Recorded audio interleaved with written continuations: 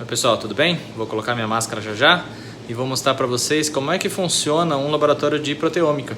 Tá? Vou mostrar um pouquinho para vocês do que a gente faz com cultivando células, preparando amostras, fazendo espectrometria de massas para identificar as proteínas e quantificá-las, enfim, vou falar um pouquinho para vocês como é que funciona. Tudo vai começar então com a amostra com a qual você quer investigar o proteoma. Tá?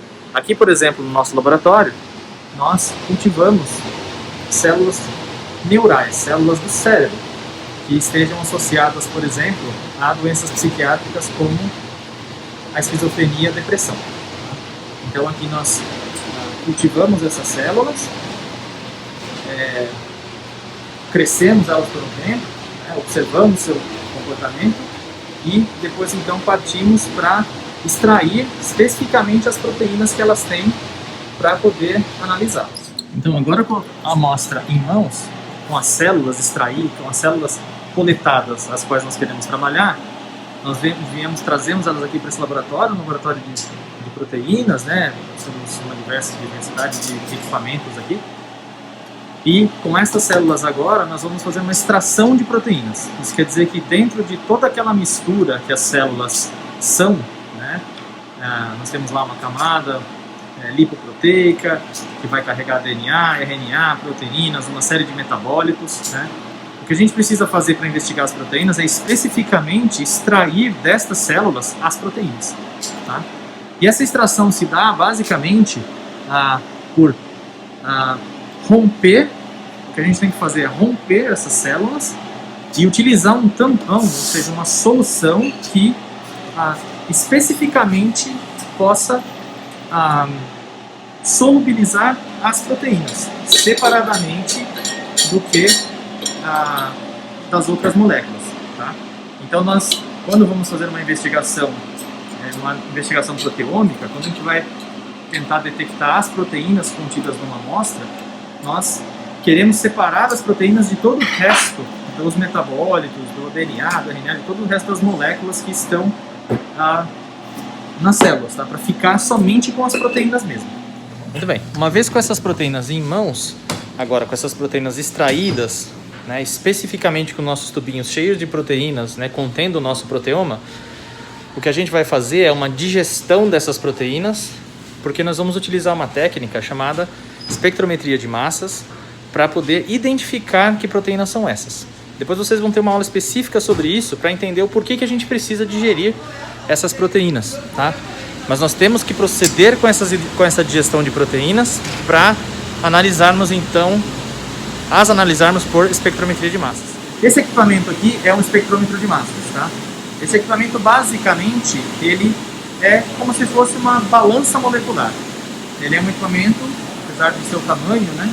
O que ele simplesmente faz é medir a massa das moléculas que nele entram. Tá? Como o nosso interesse são as proteínas, né? Como eu disse depois, eu vou explicar para vocês o porquê, mas nós fazemos uma digestão prévia dessas proteínas para que elas adentrem no espectrômetro de massas e tenham suas massas medidas. Tá? Mas como vocês devem imaginar, o nosso proteoma é bastante diverso. Nós temos milhares de proteínas no nosso proteoma. Então, antes de colocá-las nessa balança molecular, nós precisamos proceder com uma separação dessas proteínas. E aqui nós vamos usar então um segundo aparelho, né, que vai, na verdade, antes de injetar essas amostras no espectrômetro de massas, separar essas proteínas, ou peptídeos, como eu vou explicar para vocês depois. Tá? E esse aqui é um cromatógrafo. Né? Através da cromatografia líquida, e vocês também vão ter uma aula especificamente sobre isso, nós vamos separar essas proteínas a priori. Né? Esse é um cromatógrafo automático, tá? Então é uma máquina que separa as proteínas ou peptídeos antes delas adentrarem no espectrômetro de massas. Tá? Então a conexão desse cromatógrafo com o espectrômetro é através de uma coluna cromatográfica, é uma microcoluna, né? Ela é bem pequenininha, tá?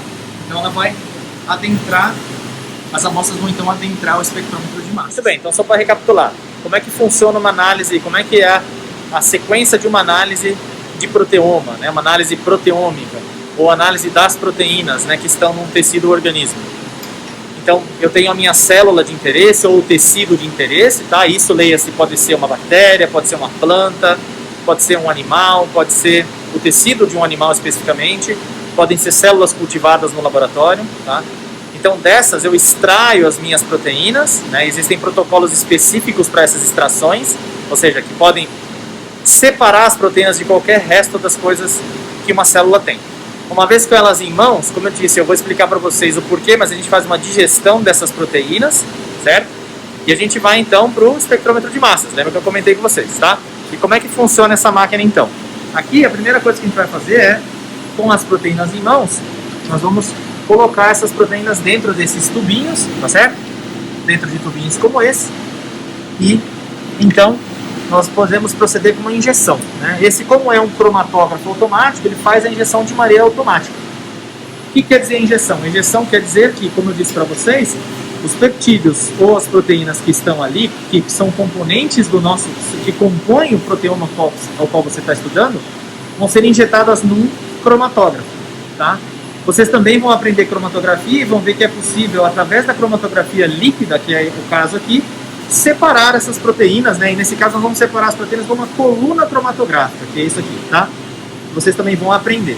Basicamente o que vocês têm que saber agora é que esse cromatógrafo ele é capaz de separar o proteoma, né? Lembrem-se que o nosso proteoma é como se fosse um quebra-cabeça gigante. E o que o cromatógrafo vai fazer pra gente, né, é proceder com o primeiro passo que a gente sempre tem que executar quando com um quebra-cabeças. A gente vai lá e separa as peças, né? Quando você abre um novo quebra-cabeça, que você tem lá centenas, milhares de peças, a primeira coisa que você tem que fazer é separar as peças numa superfície para conseguir enxergá-las melhor, certo? O cromatógrafo aqui vai estar fazendo isso, ele vai pegar aquela sopa de proteínas que é o seu proteoma e separar para que o espectrômetro de massas, que é essa máquina, que é basicamente uma balança molecular, possa fazer a sua medição de maneira mais precisa, tá? Então, a cromatografia vai separar as proteínas ou peptídeos, né? E diretamente quando separadas aqui, né? A gente vai fazer uma separação nessa coluna, ela vai percorrer um caminho e adentrar o espectrômetro de massas. Uma vez separadas, né? Como se as pecinhas do quebra-cabeça foram separadas, agora o espectrômetro pode enxergá-las melhor, né? Então ele vai medir a massa de cada uma dessas peças que vão entrar ali, tá? E essa massa é o dado necessário, é o dado que a gente precisa para identificar essas proteínas. De maneira bastante sucinta, é como se cada proteína tivesse uma massa específica e dessa forma a gente consegue identificá-la então. Uma vez com as massas detectadas, a gente opera tudo, claro que num computador, tá? Então a gente tem aqui um programa computacional que é capaz de operar o cromatógrafo e também o espectrômetro, integrar os dois, tá? Então, só para vocês verem uma representação aqui do que é isso, né? Então nós temos aqui, por exemplo, uma amostra, né?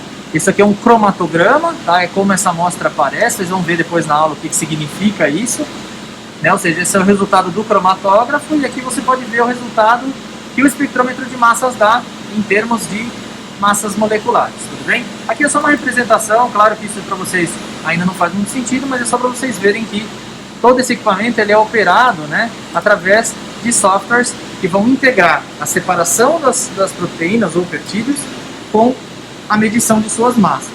Muito bem, com esses dados que a gente tem agora, nós temos basicamente uma medição das massas associadas às proteínas do meu proteoma. E eu posso intercruzar agora esses dados das massas das proteínas com a sequência que essas proteínas têm a partir do genoma que eu estiver estudando, tá? No nosso caso aqui no laboratório, nós nos interessamos muito por tecido cerebral humano. Então nós basicamente usamos como nosso banco de dados, né, o genoma humano. Nós simplesmente traduzimos esse genoma humano para a sequência de proteínas, né? Vocês devem lembrar que a cada 3 bases nitrogenadas eu posso traduzir aquilo num aminoácido. Então se eu sei a sequência do meu genoma, eu sei também a sequência do meu proteoma, né? Então eu vou usar esses bancos de dados, que quer dizer a sequência de cada uma das proteínas humanas possíveis, e comparar com os dados de massa que o meu espectrômetro mediu para mim, tá? E é dessa forma que a gente vai saber qual é o gene que produz essa proteína, tá bom? Essa explicação é de uma maneira muito sucinta, só para vocês terem um primeiro contato, mas exatamente na metade dessa disciplina vocês vão ter uma aula mais aprofundada sobre espectrometria de massas e a identificação de proteínas, e aí isso tudo vai fazer muito mais sentido, tá bom? Mas por agora satisfaz dizer que o espectrômetro de massas, como eu falei para vocês, é basicamente uma balança molecular, que pode medir massas de maneira muito precisa. maneira tão precisa que a partir desses dados de massas moleculares a gente consegue inferir qual foi o gene que fez uma determinada proteína, tá bom? Bom, dentro da minha sala aqui agora eu posso ficar sem máscara, estou sozinho aqui. Então, uma vez que nós temos essas proteínas em mãos, que nós conseguimos identificá-las lá por espectrometria de massa e quantificar essas proteínas, nós temos como caracterizar a função dessas proteínas em conjunto, sabendo, por exemplo, né, onde é que essas proteínas estão, em que locais das células estão, como elas interagem umas com as outras, se elas têm uma interação direta, se elas se regulam, se elas têm uma interação indireta, tá? E a gente pode também fazer quantificações dessas proteínas para mostrar a associação delas a uma doença, por exemplo, a um tratamento, tá bom? Nesse caso aqui, por exemplo, a gente tratou células, né, com antipsicóticos, que são remédios usados para esquizofrenia, e está tentando entender melhor como é que essas proteínas se relacionam e como que elas podem estar juntamente reguladas para atuar sobre os sintomas de uma doença, tá bom? Mas é isso, pessoal. Essa foi uma visão bem rápida de um laboratório que estuda proteínas. Era para vocês terem uma ideia, uma visita que eventualmente vocês poderiam fazer se estivessem por aqui. E podem fazer, uma vez que de volta aqui na universidade. Tá? Vocês são muito bem-vindos para vir aqui aprender um pouquinho mais, entender um pouco mais do que nós fazemos, tá bom? Como eu comentei, essa última parte sobre a espectrometria de massas, a identificação de proteínas, ficou bem por cima aqui, mas a gente vai ter uma aula específica sobre isso, tá? E vocês vão poder entender melhor o que é que eu quis dizer, né? E na ocasião, se voltando nesse vídeo aqui, vai ficar mais claro, né, o que foi que eu quis dizer, entendendo um pouco melhor como é que funciona essa identificação de proteínas, tá? Mas, como eu falei, a proteômica é uma ferramenta bastante versátil, a qual nós podemos tirar informações sobre doenças, sobre tratamentos, sobre a compreensão da biologia, né, entendendo como as proteínas se expressam, em que quantidades, como elas interagem, entre outras tantas mais coisas que a gente pode investigar, tá bom? É isso aí, um abraço.